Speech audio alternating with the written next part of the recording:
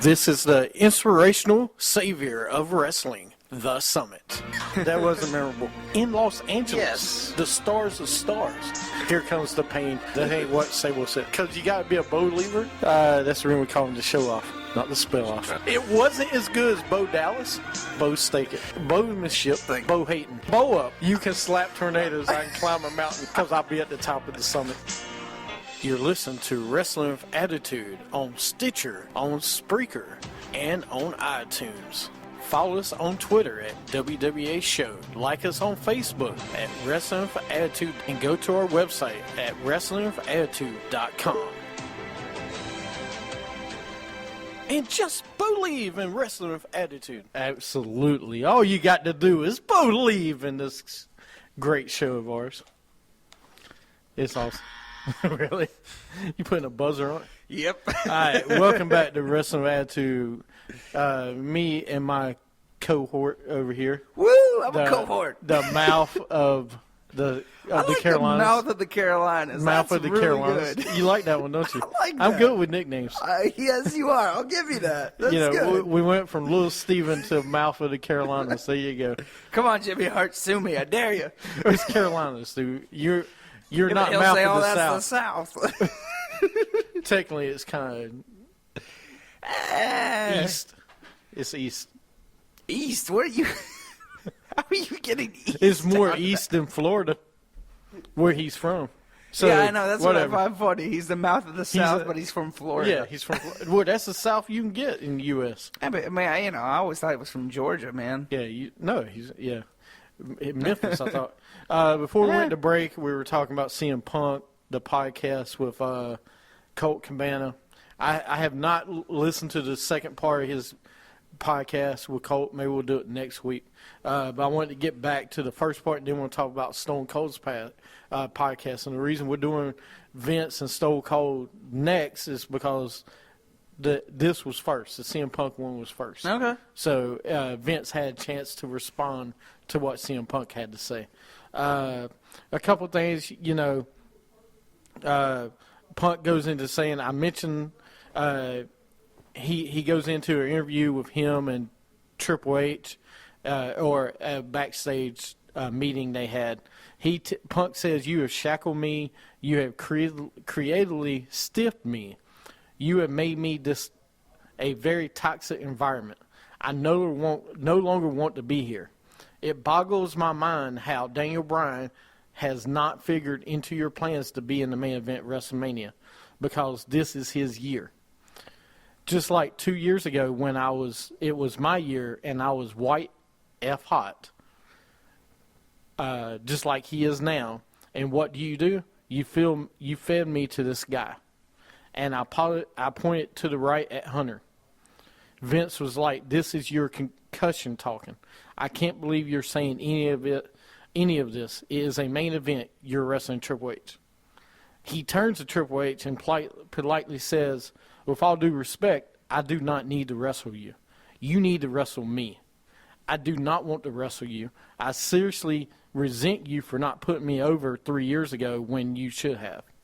Oh, is that Triple H saying that? That's Punk. Punk saying that. That would have been best for business, is what Punk says to him. But you had to come in and squash it. And then I had to lose to Truth and Miz at Survivor Series. Horrible. It didn't make any business sense. And now I'm in the position where I can tell you I don't have to or knew I want to wrestle you at WrestleMania. I don't care if I was supposed to win, which I was. I didn't want to give him the F privilege. I said a lot of stuff in there. I told him again, Hunter was gritting his teeth and he never liked me. Me and him in a room together, it was always negative vibes. Hunter told me I was in the main event because I wrestled The Undertaker. Punk continued. I turned to him and said, tell me I got paid the same amount of money as you, Brock, Cena, Rock, and whoever. And once again, he had nothing to say. I was like, I'm out of here. Vince, with tears in his eyes, went in for a hug, and it was like a reluctant patting on the back. Then I looked at Hunter, and he stuck his hand out, and I shook his hand. I said goodbye, and I walked out. That was from the meeting they had when he was before WrestleMania. Before WrestleMania. Yeah, this is when this is when the last meeting. This was after the walkout. This was the meeting was before the walkout. This meeting he's talking about was the last interaction he had. Was this WrestleMania 30? Yeah. Yeah, no, he walked out before WrestleMania. That's what 30. I'm saying. Yeah, okay. Before WrestleMania 30. Oh, okay. So, well, oh, man, what you got to say about what I just read to you? I don't know, man. Like, I feel like Punk's he's just a lost sheep right now. He doesn't know where to go. He doesn't know what he wants to do. And, I mean, I get his frustration. I understand he wanted something and he didn't get it. Dude, he was red hot. He should be in the main event. And he should have. He told Triple H and Vince it's a bad idea to have Rock versus Cena at WrestleMania for the title. Oh, it was. You should do a three-way with me, Rock, and Cena. Yeah. It would have made perfect sense. Mm-hmm. But instead, you wait a year later, then you do a three-way with Daniel Bryan, Orton, and Batista. That's what I think really made him mad was the whole Batista thing. He didn't like that Batista came back to the Royal Rumble and won it. That's something. I mean, yeah, no. I mean, I get that too, especially when you work your butt off 365 days a year, mostly, and you know another guy comes back from making movies and then he's all of a sudden in the main picture. No, I get that. Well, and think about it. Triple H, no offense, kind of did need CM Punk to get. I mean, to think about it, at that pay-per-view. You know, he would need he needed CM Punk to get over. I mean, CM Punk didn't need him as much as Triple H needed him. No, well, I mean, the thing is that WrestleMania 30 could have been a lot better if CM Punk was there. Everybody knows that. I mean, because you already had Brock Lesnar and Undertaker, which was only the one anybody really wanted to see. Nobody really wanted to see Daniel Bryan, Orton, and Batista. Well, then you had Daniel Bryan versus Triple H because Punk wasn't there. Yeah, but that was it. Like, if CM Punk was there, it would have been so much better. Take out Batista, put in CM Punk, and CM Punk and Daniel Bryan could just have a good match. That's the problem, though. They weren't putting Batista against. They were not going to take Batista out of that match. They were going to put CM Punk versus Triple H and Daniel Bryan a straight up three-way with Batista and Orton, which was a horrible match anyway. Yeah. But, I mean, that was their worst move of bringing Batista back because nobody was watching Batista. As a face anyway. Yeah.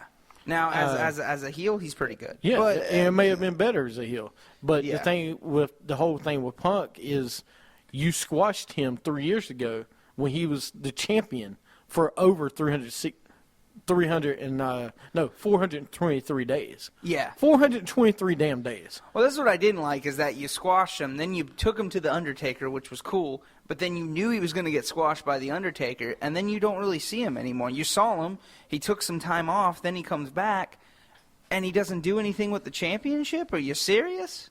You're just going to put him in a feud with the Wyatt family and the Shield? But then losing to The Miz and... Yeah, that was the worst. That was horrible.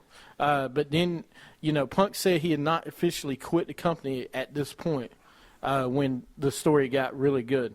Vince texted him a week later and asked if he was ready to return yet, a sign that Vince really was not getting the message. Punk had been wrestling for months with a mass on his back that he says WWE doctors refused to properly diagnose. Punk went to a doctor AJ recommended, told him the mass was full-blown staph infection. If you remember the big old bump that Kane had on his back a couple weeks ago, we think that's a staph infection also. Really? Yeah, but Punk said he has staph infection. What exactly is a staph infection? You should be dead. You could have died, the doctor told him, if he didn't get the mass removed. What exactly is a staph infection? Basically, when Kane had the big old knot on his back? When was this? At the last pay-per-view. Yeah. Kind of when you don't get something taken care of when you need to, it gets bigger and bigger. It's like a bump on you, basically. Okay, because I know Stone Cold had that. Like You got to get it taken care of. If you don't, it could be serious. Yeah. Anyway, Punk said Vince contacted him, tell him he's suspended for 2 months, with the suspension ending the day after WrestleMania. After the 2-month suspension was up, nobody from WWE contacted him. The next thing he heard, it was Vince telling investors that he was on sabbatical, and the royalty check stopped coming in. The royalty check issue was the final straw after all he had put up with. Punk recalled getting a text from Triple H on June 11th, 2 days before his wedding to AJ. Punk said he explained the situation to Hunter. He was getting married, going on his honeymoon, and they continued discussion when he got back. On the day of his wedding, he received a FedEx package with his termination papers. Punk hired a lawyer, yada, yada.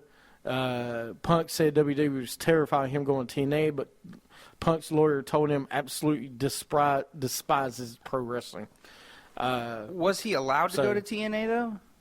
No, that's why the no compete clause. So why were they terrified of him going to TNA? Because he would not do that. Because he'd be in a lot more trouble if he went to TNA. He'd probably be broke if he went to TNA. Because he'd have to spend a lot of money on lawyers and getting out of that contract. Right. But that's his side of the story. Yeah. You know, it was good. I want to listen to the next part. And I'll listen to it, and we'll talk more about it. Yeah, we can talk about it next week. Yeah, we'll talk about that next week. But you got to. There's two sides to the story, and I believe what a lot of CM Punk says. He says the concussion policy in WWE is a joke. Pretty much, you know, if you have a concussion, the next week later, you know, he had concussion for months, or not for months, for a couple weeks, and they wanted him to go back to work the next week. See, I haven't heard this from any other superstars, so I don't know how. I know Dolph Ziggler has been a little bit about it. He's been talking, he used to talk about it, about he would get concussions a lot. I want to know how big of a deal it is in WWE of you getting a concussion, like what the percentage is, because I feel like it happens a lot. Right, and there's also another interview with Alberto Del Rio that's out there also talking about it. I don't know how much of that, because he's really disgruntled compared to Punk. Anyway, we had Vince was on Stone Cold podcast. I thought it was really good. I know you watch it too, which you can watch on WWE Network for $9.99. Yes, you can. And Stone Cold did not waste any time getting to CM Punk. He's like, do you want to talk about Punk? Yeah. And he said yes. So, Vince talked about it. Vince apologized to CM Punk for his termination papers on his wedding day. That was coincidence. He even said that. He said he, in any way, he did not mean for that to happen. And, I mean, come on, you can't. I mean, I know Punk has said that he thinks it's a publicity stunt of what McMahon said, and I don't believe that. When I hear Vince McMahon talk, I believe a lot of what he says. Let me go into what he said before you round up the generalization. Yeah. I'm sorry. The conversation was about. McMahon said that Punk lacks communication skills as a loner, and that he hopes him and Punk will be on the same page again in the future and work together again. Vince said he did not listen to the whole CM Punk podcast, but heard about some of what was said. McMahon said that he only wants what's best for business and will be open and working with Punk again. Yeah. Vince says he hopes one day Punk and WWE can squash beef and work together. Stone Cold Austin Hogan came back. He hopes Punk can also. Yeah. I don't think there's any reason he can't. Vince says if you walk out on the company, you also walk out on the audience. Which, say what you want